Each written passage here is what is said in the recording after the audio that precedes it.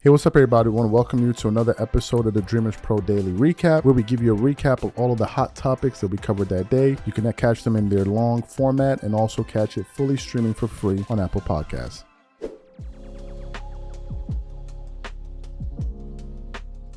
As you guys know, the NBA had its perennial big NBA Christmas Day games, right?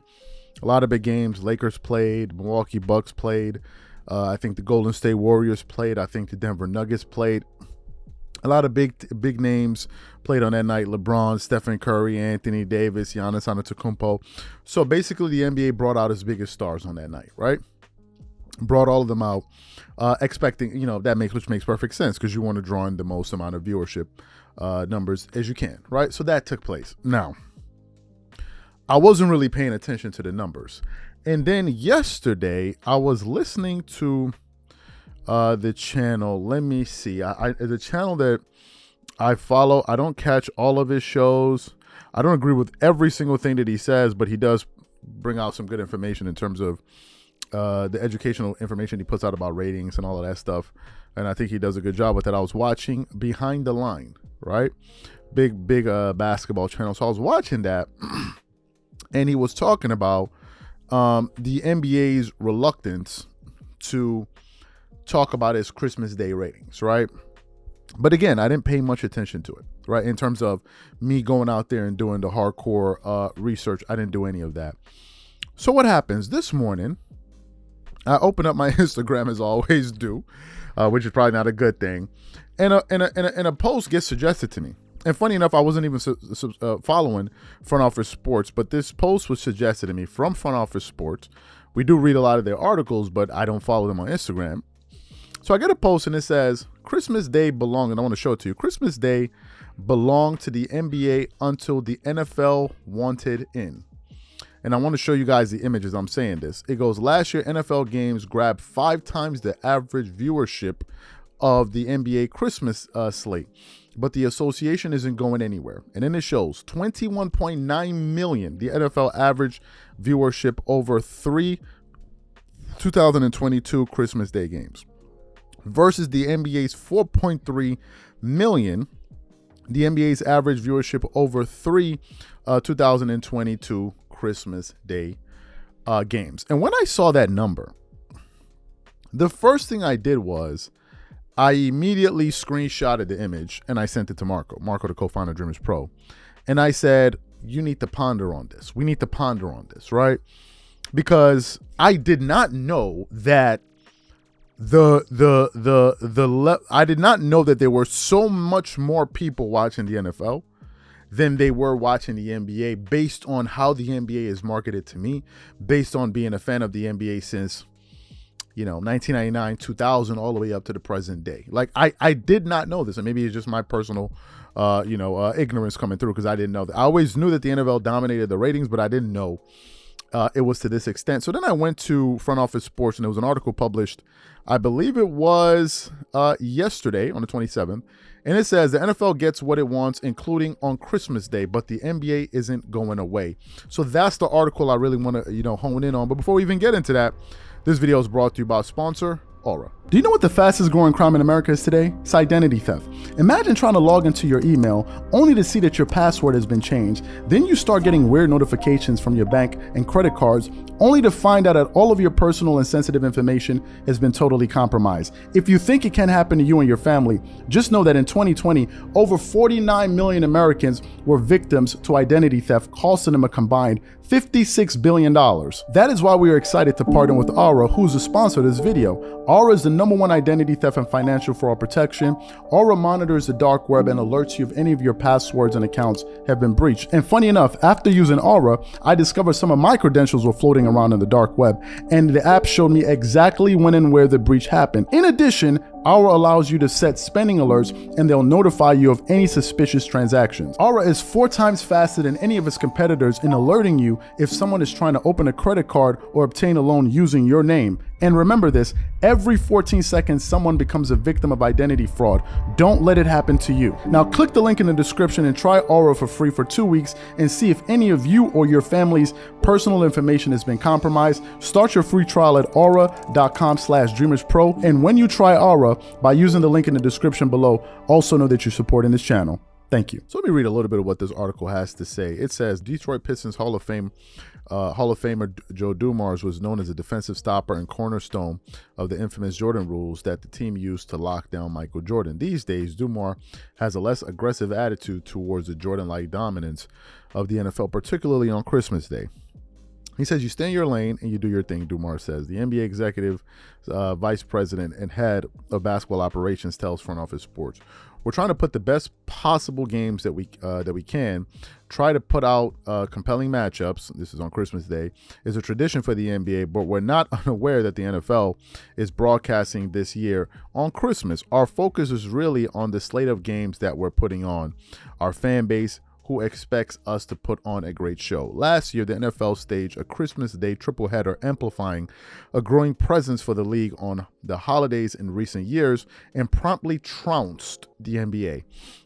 The 3 football games averaged 21.9 million viewers, more than 5 times the association's average of 4.3 million over 5 contests. The gap could widen even further this year, as the NFL's 3 Christmas games are a big gift to fans. All 3 contests feature Super Bowl contenders, with the Kansas City Chiefs and the Philadelphia Eagles playing in the day's first 2 windows against divisional rivals Las Vegas Raiders and New York Giants, respectively. The nightcap is a battle between the current #1 seed and a possible Super Bowl preview between the Baltimore Ravens and the San Francisco 49ers, a far cry from last year's Christmas slate featuring 3 teams already eliminated from playoff contention. Continues on. Last year was maybe a toe in the water, but this year we can really see diving. You can really see us diving in, particularly with the teams and brands we selected. Mike North, the NFL's vice president of broadcast planning, tells FOS, we're not quite catching up to Thanksgiving in terms of viewership just yet. It's on its way. I'm really fascinated to see what these 3 games can do, given the brands, the quarterbacks, and the playoff implications. And then the article then goes on to say a few other things that you guys can definitely read. Here's what I noticed immediately after reading that article. First thing is, does that sound like someone that is in any way concerned about the NBA? Does this sound like someone that says, man, we need to really sit down and think about how we're going to strategize about this to ensure that we come out number one on these Christmas Day games? Does that sound like anyone that has that type of thought process? To me, it doesn't.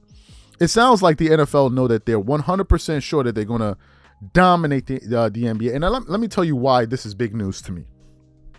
The reason this is big news to me is because we, as a sports media platform, we're predominantly focused on the NBA. And I sat back and I looked at that number. I said 4.3 million on average. 4.3 million on average. So if the NBA is pulling that in on television, what are the actual available views out there in the space? Because based on the way it is marketed on television, is marketed on social media, you would think it's this massive thing. But when it comes time for the numbers for people to actually show out in numbers and droves, it doesn't happen. And then we now have to start asking the question, why?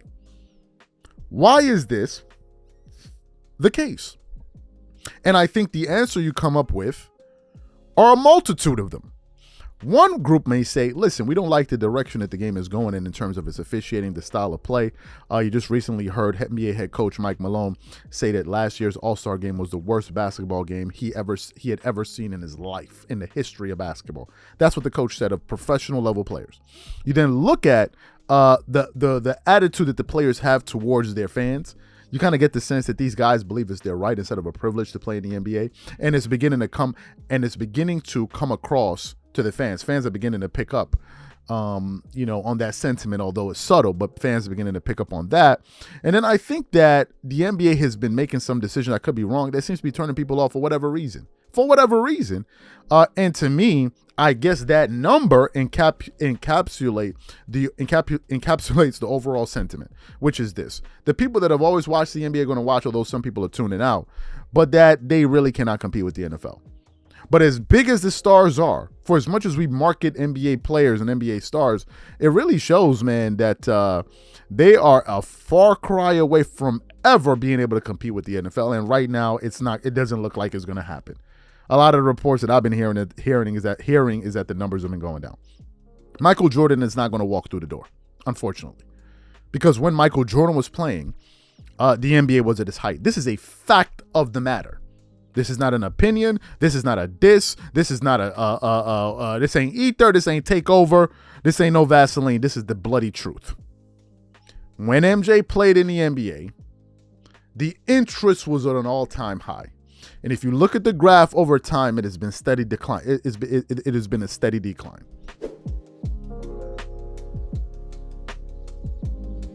So this is the first time we are producing a show like this, right? And I said, why not? Let's get a little bit experimental. Let's talk about different things, right? People have a wide-ranging, people have a lot of interests, and I don't think that people are just interested in sports. I think people are interested in sports and other things, and I think that maybe there's a group out there that's probably interested in this particular topic here. So for those of you who don't know, Dr. Umar Johnson is an American psychologist, an activist. He's well studied, but he's also very popular in the social media space. He's been around for years now. You can see him on different platforms, big platforms like The Breakfast Club. He was on Roland Martin's show a number of years ago. They had a big interview there, which got millions of views. So number one, he's very opinionated. He's unapologetic about his opinions, which I like. If you believe what you believe it. And I think that he has the right to believe whatever the hell he wants to believe. That's his right. Right? I believe in that. So if you believe a particular thing, it's your right. It's your prerogative, and I'm not against anyone having their own opinion whatsoever. So speaking of opinions, what happened recently was he recently went on the Joe Budden podcast, which is a very big podcast. We referenced it about a month or so, maybe 2 months ago, when we were talking about Stephen A. Smith's comments on Max Kellerman when he went on there, which generated a lot of interest and a lot of buzz. A lot of people were talking about it. But anyway, recently, he did a sit down on Joe Budden's podcast. Now, I found out about this just by scouring through the internet. One video popped up, another video popped up. I saw something about something that he said about Eminem, and I'm like, okay, what's happening? So now I went on YouTube to look for the interview. I couldn't find it. Then I found out that it's only on Joe Budden's Patreon. So if you want the full interview, you got to go there. So if you haven't heard it, you're interested in it, that's where you got to go, right? Now, I haven't had an opportunity to go over there and listen to it. So what happened? I came across another clip, and funny enough, this particular clip was sent to me. I saw it on fadeawayworld.net, via fadeawayworld.net, and it had the following headline. It says, Vanessa Bryant accused of not using Kobe Bryant's money to uplift the black community. And initially, I started reading the article to look for the quotes, but then it turns out that they were able to link an audio of it from Twitter of Umar Johnson basically explaining his position. I believe he was talking to Ish from the show, where he didn't back down and he made his positions crystal clear. So what we want to do is want to play exactly what Umar Johnson had to say on the Joe Budden podcast. It's only about a 1 minute and 16-second clip. We want to play it for you now, and then we're going to come back and get into this show. So take a listen to what he had to say here. Let me ask you Kobe Bryant. Let me ask you a question. Kobe Bryant. I want to ask you a question. Kobe Bryant died. Vanessa inherited his wealth. Sure. And guess what? Is Vanessa Bryant using any of that black man's money to do any good in the black community? Let me ask you absolutely not. We don't know. Vanessa Bryant. Listen, I don't know. I'm telling you. How you know? Let me ask you a question. Well, wait. Because she's a public Can figure. I ask you a question? And she just You don't know You that. didn't see that initiative. You don't know I that. do know. I do know. And Let I'm me ask telling you- you now. let me ask you a Vanessa question. Bryant just started an initiative with 3 predominantly white colleges, some sort of a sports initiative with Kobe's money and Kobe's name. Didn't choose a single HBCU. Let me ask you a question. With a black man's money. Marvelous Marvin Hagler, he died from taking a COVID shot. Is his white widow using any of Marvelous Marvin Hagler's fortune to help black folks? You're being unfair. I'm being unfair how? No, let me tell you why. Expecting white women to use black money to help black people? No. How is that unfair? Because the same way you naming these people, we can name mad black wives that got black money from their husbands that did to help black people. Well, a stop. big It's my difference. goal. No, There's it's a big not. difference. We own. And you know what the difference is? You're wrong. You know what You're the difference wrong. is? You're wrong. You're wrong. If I marry a white woman, when I die, my wealth goes to the very people who have robbed everything from my community. It's not true. So you heard what Umar Johnson had to say. Now, this is a nuanced conversation, and I think there are many ways to approach it. I also think that there isn't one answer because people are going to see things differently, right? And I'm only going to speak from the vantage point that I know of. So actually, while I was deliberating on what I was going to say, I actually threw the conversation around, right, with my brother-in-law, sister-in-law, my wife. And I said, hey, first I asked my sister-in-law, my wife, what do you think about this, right? I played the clip for them, and it turned out they'd already heard it. So I played it for them. Now, for context, these are two black women, black Nigerian women. So I played it for them, and I wanted to get their response. Their initial response was, and I'm just giving you their opinion, they did not agree with Umar Johnson, what he was saying whatsoever. They didn't agree with him. They didn't like the fact that he was basically suggesting what Vanessa Bryant should do with her deceased husband's money. She's like, it's not your business. It's her money. She can do whatever the hell she wants to do with it. That's the first thing. And they did not agree with him in no uncertain terms. And they went into their reasons of why they disagreed with him, which was interesting to me. Then I asked the husband, and his basic position was, listen, who says she has to do anything? If she doesn't want to, she doesn't have to. If she wants to, she can't, right? That was her position. What's my thoughts on this?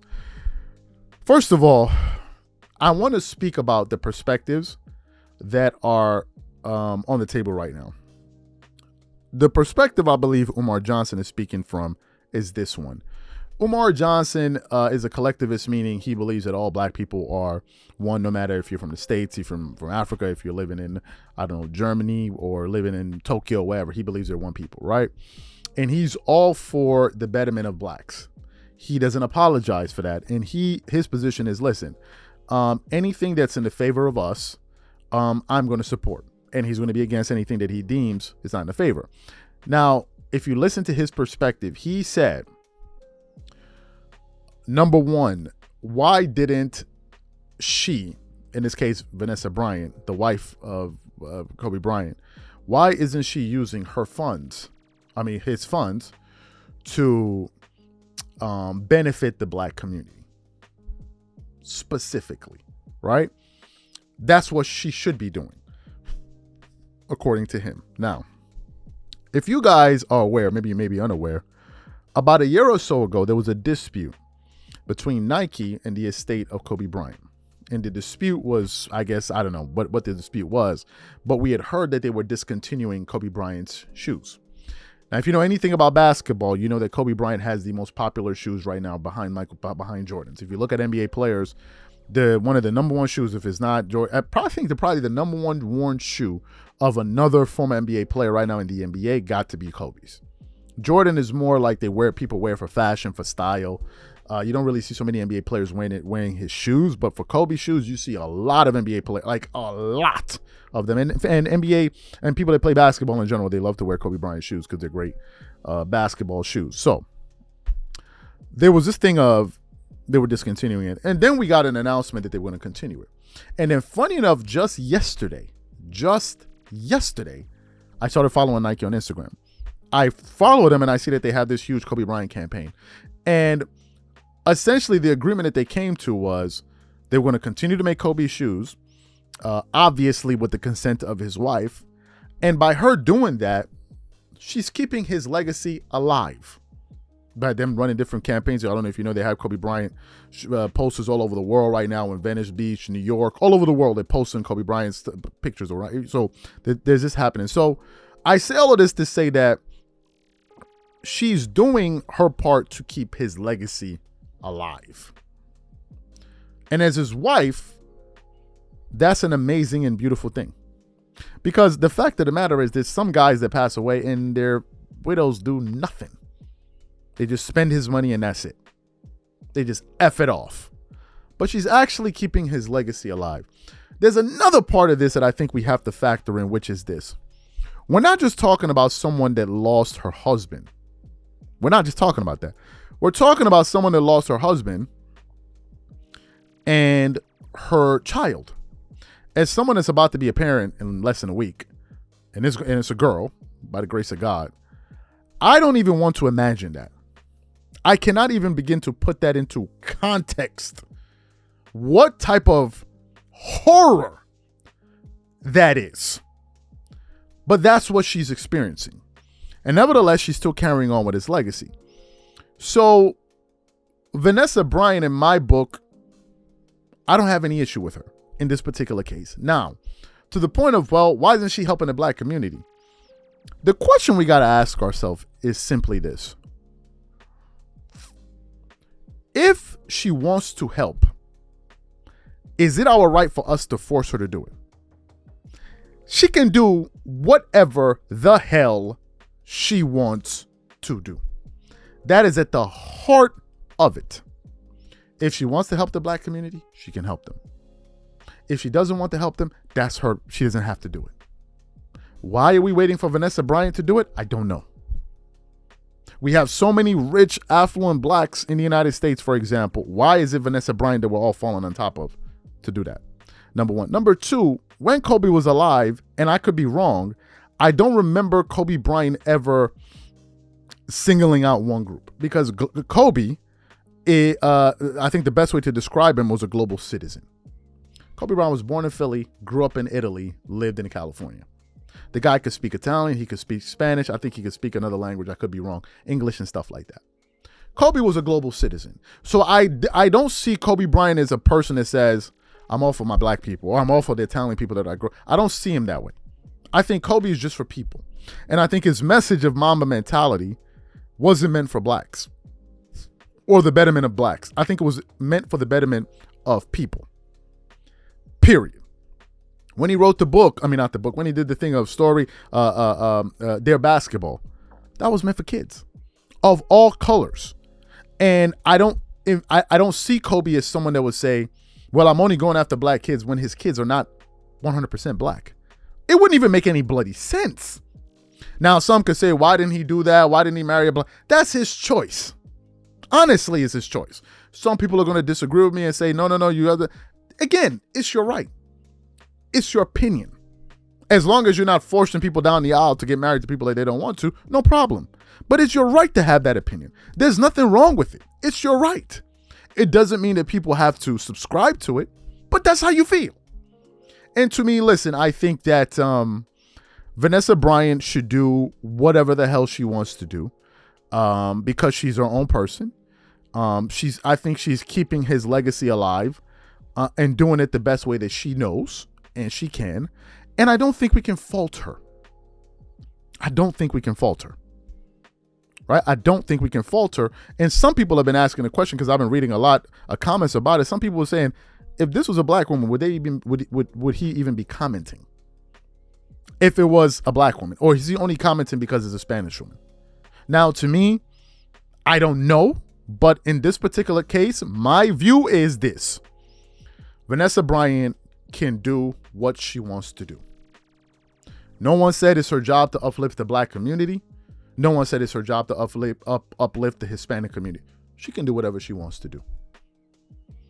What I'm happy about is that she's keeping his legacy alive. Now, if she did business with these particular schools and those particular schools, and maybe some people wanted her to do what HBCUs, I totally understand. But guess what? There are also a lot of other blacks with a lot of money that are affluent, with a lot of influence, that we can also go after. And by we, meaning people that are proponents of that. But to me, listen, she's keeping the man's legacy alive. I don't want to get into their family issues, the details within the family, because none of my business. But to me, that's my position. She can do whatever she wants to do. If she wants to help the blacks, she can do it. If she doesn't, she doesn't have to. Whatever, right? Even her, no, there's no way you slice it. Her kids are still part black. Any way you slice it, anyway. So I don't believe she has any particular hatred or anything against her kids are black.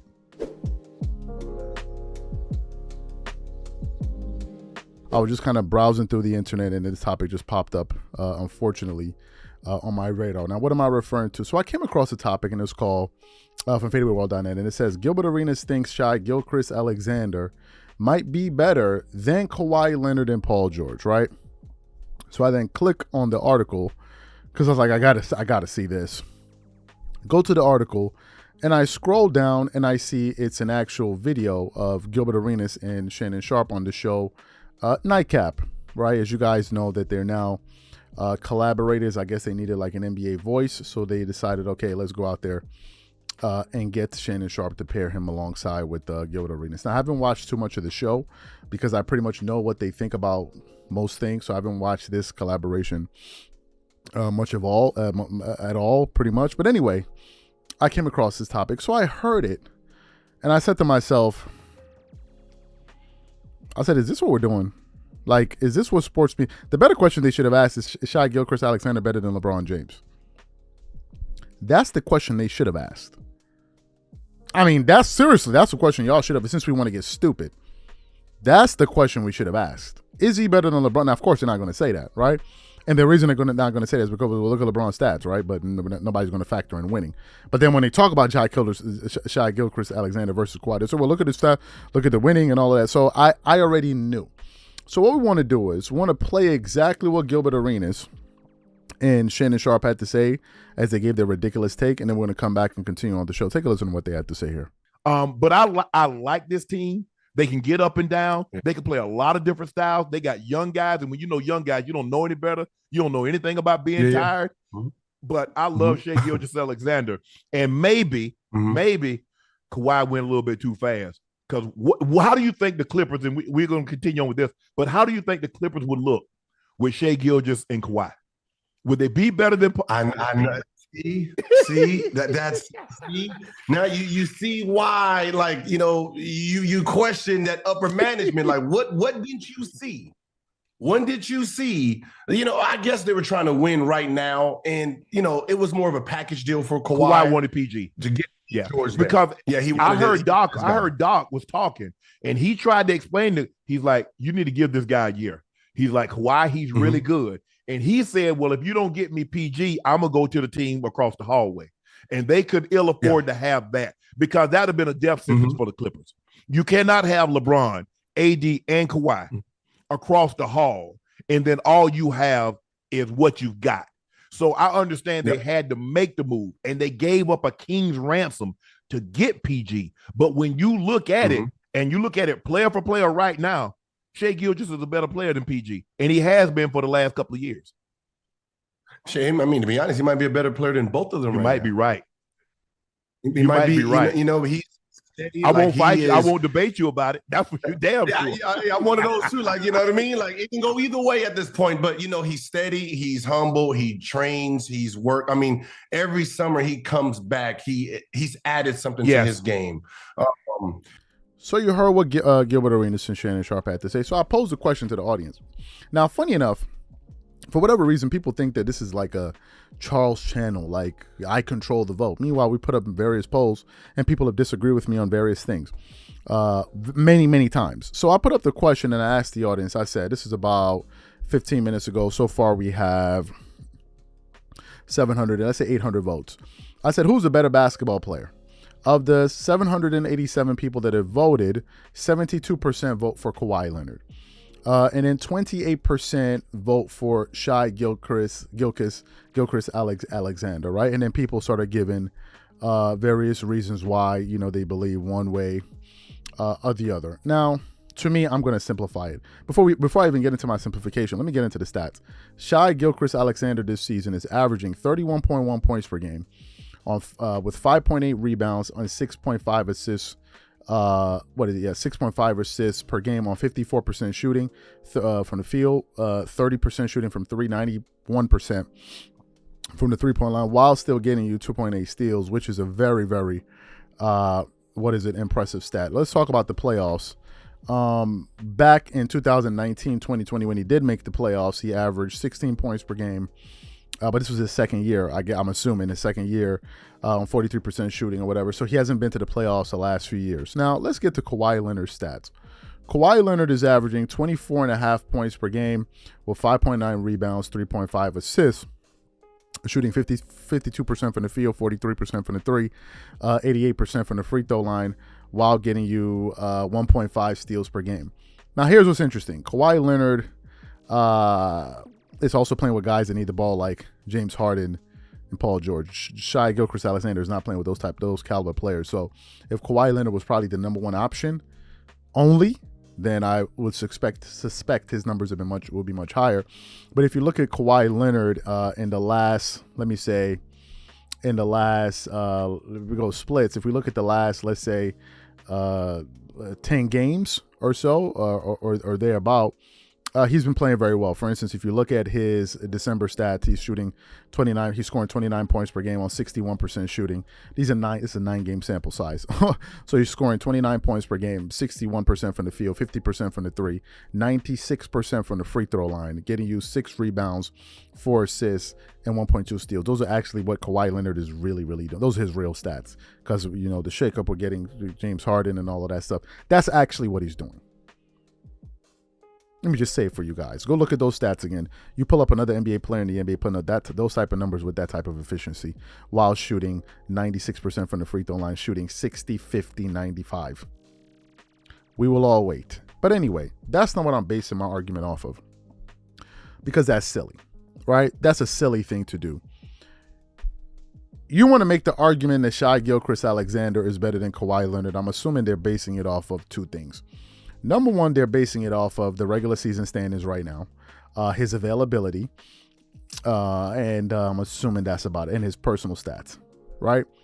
Right now, the Oklahoma City Thunder are the number 2 seed in the Western Conference, and Shai Gilgeous-Alexander is playing fantastically well.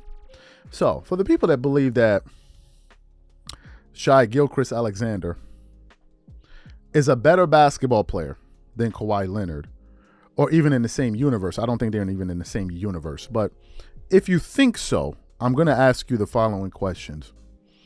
Last year in the playoffs,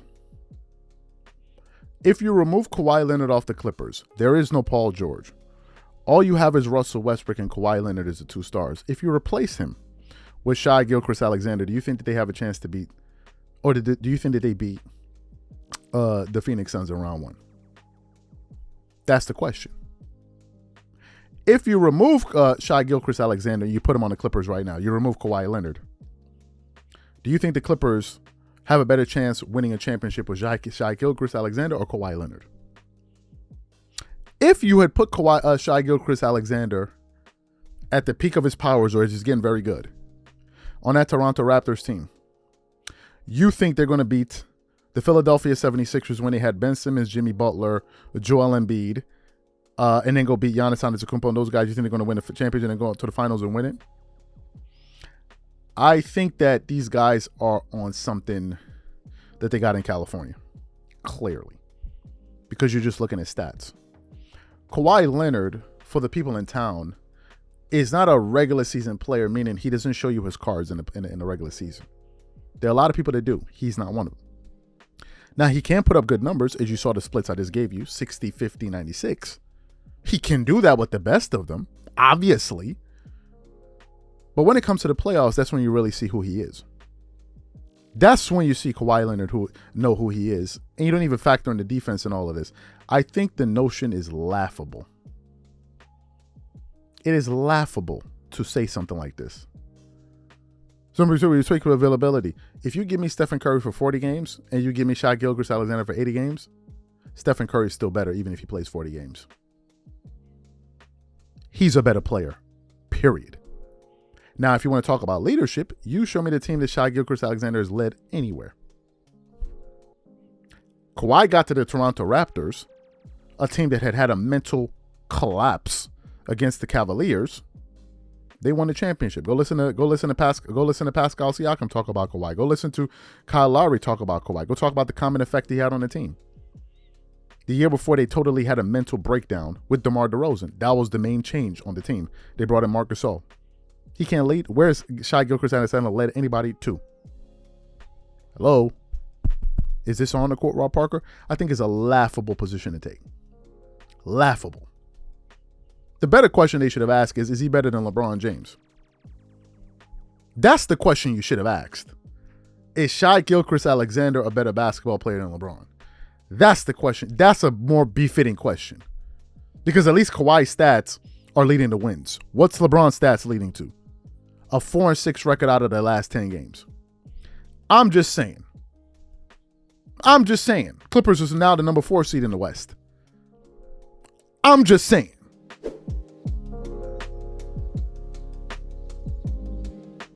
Here, right? We had recently produced this show today talking about the NBA ratings versus NFL ratings on Christmas Day.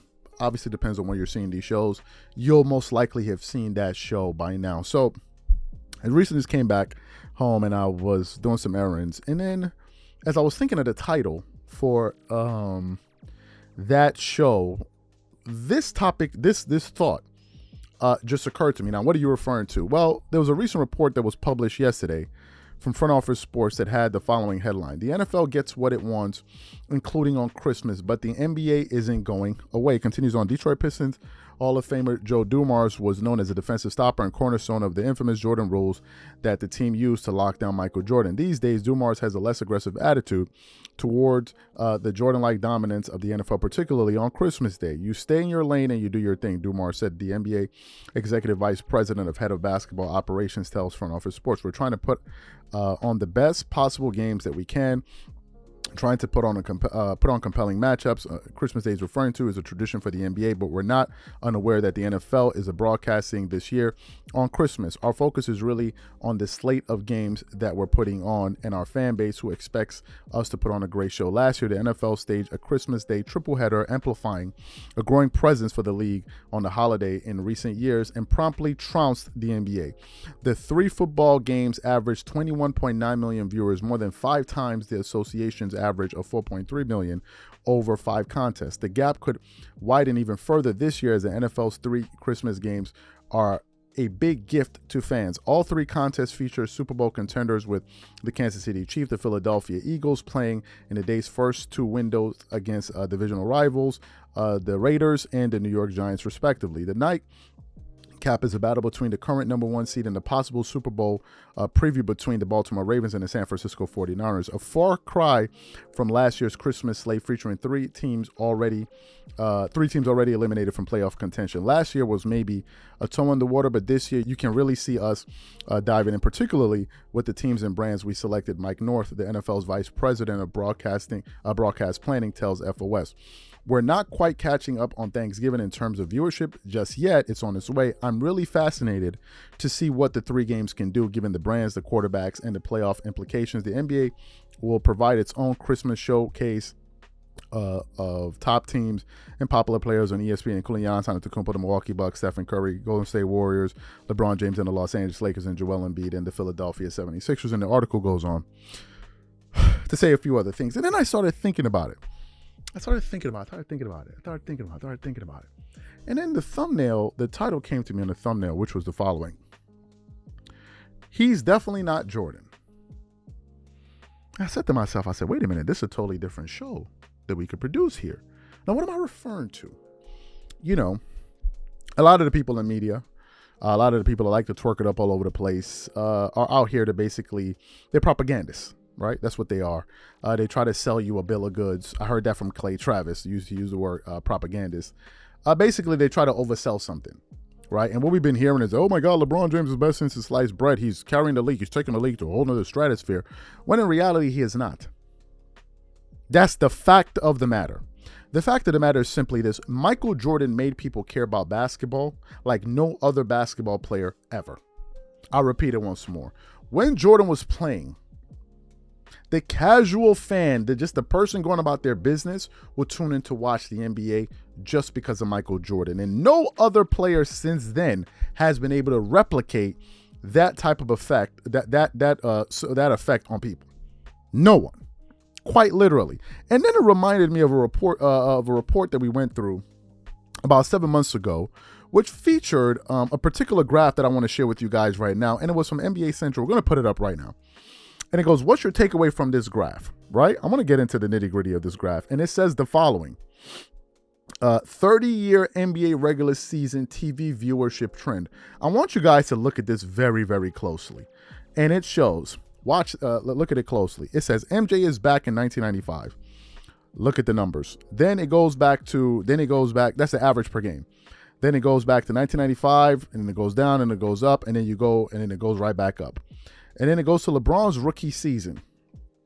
in 2000. Since that year, it has actually been trending down.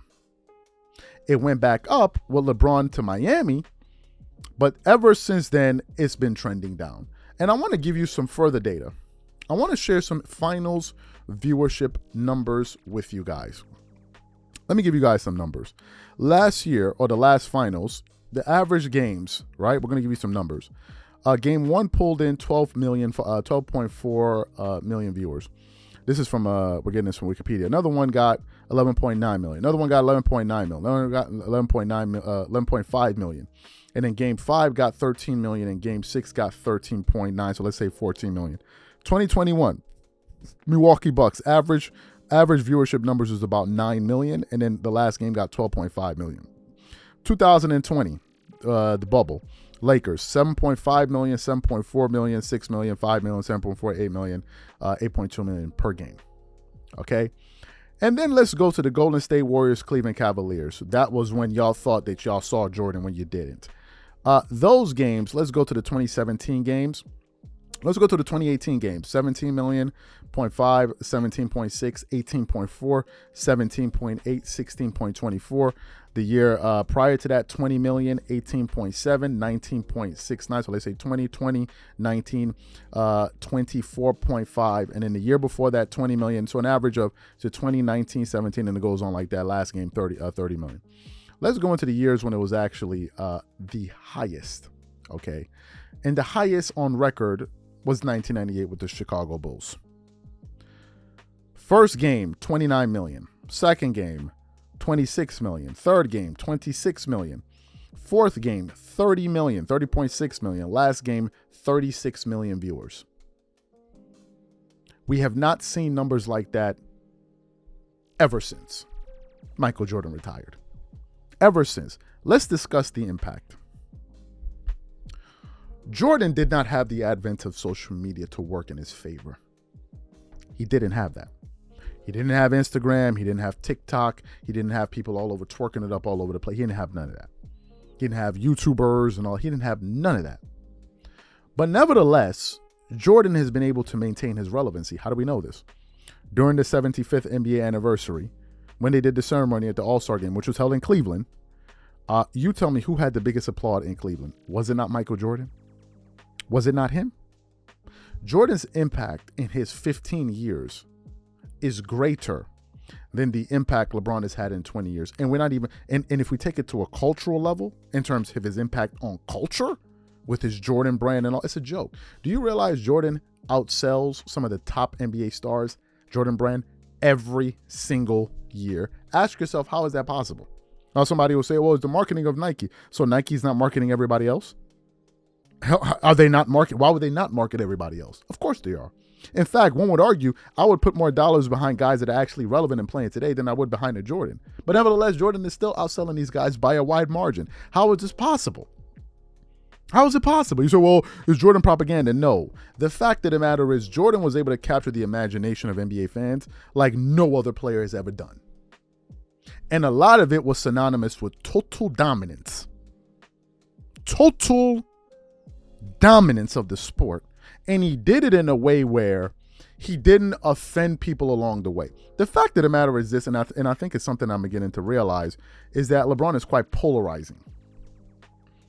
All by his own doing. All by his own doing. And Jordan is not polarizing. Now, some people say, but what do you mean? What do you mean Jordan's not polarizing, right? He did come up with the statement, Republicans wear sneakers too. Here's what I mean.